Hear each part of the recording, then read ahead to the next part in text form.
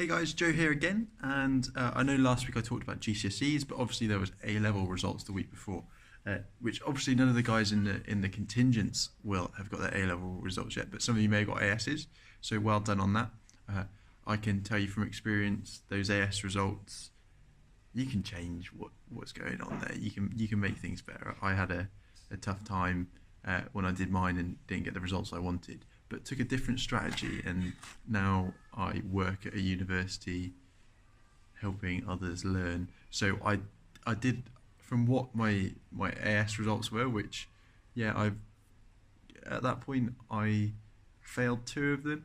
I turned it around and really excelled at what I wanted, and then I'm pretty happy at the pace I got to in my field, and I'm actually doing further study now, which I never thought I would be doing. So yeah, if you got AS or A level results, super well done.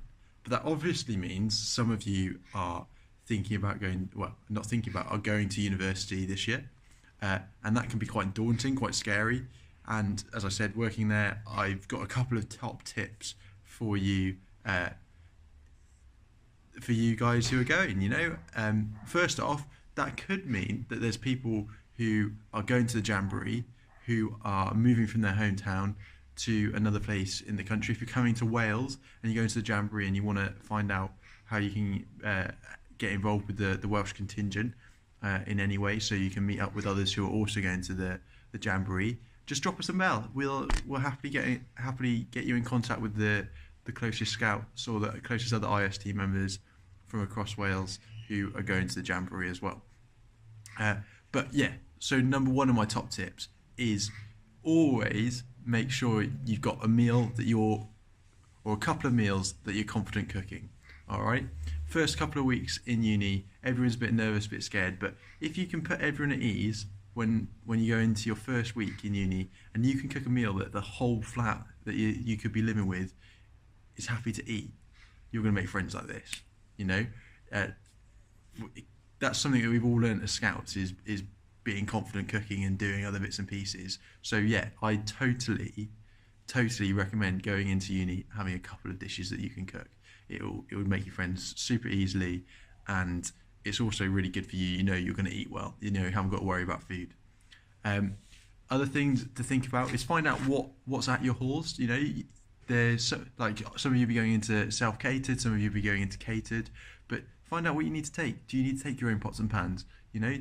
Even if you're going into self-catered, or no, sorry, if you're going into catered, there might be the opportunity for you to cook a couple of meals yourself, which, rock on, make sure you take the right things for the right place, And then Freshers Week. Obviously, everyone knows what Freshers Week's renowned for. My recommendation is take a couple of days off in between. Stagger it, Just because everyone else is going out doesn't mean you have to, but you're going to be more wide awake because there's lots of induction things that go on during those weeks. So you need to go to those lectures and see the members of staff, because you could be meeting your tutors for the year, you could be meeting the people who are going to be marking your exams. You want to have a good impression, be able to listen to what they're actually going to say, because it could affect how you go through and mark.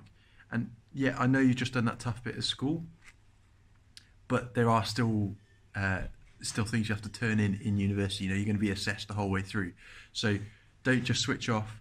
Do little and often. You've learned some really valuable skills doing your AS and A levels. Make sure that you put them into practice. And yeah, just because there's an assessment deadline doesn't mean you have to start it the week before. You can start it as soon as you get there and trickle through. That was one of the things I only learned in my third year of uni, and as soon as you get into uni, you get the module handbooks. Lots of them have the assessment titles in there. You can look into the assessment book. No, sorry, you can look into the module handbook and find the assessment title, so you can know what you're going to be talking about, and it will give you. Lots of them have the marking schemes in there, so you can see what to go for. So I'd find that out and look at those stuff, because it'll make your life super easy. I appreciate that's not super interesting stuff, but this is stuff that will make it so helpful going through university, and things that if I talk to my friends now who went, or things I wish I'd learned. So yeah, that's one of my top tips. And making sure you make good impressions with your lecturers really helps, and you get your name through there. So I was a course representative for my year. So there's lots of, when you go to university, like you have your school council, similar thing where you work with staff members and students, where you can feedback and like comment on student engagement, comment on things that are issues for students. I signed up for that in my thing. I thought it was a great way to meet the other people on the course, which it was. That was fantastic.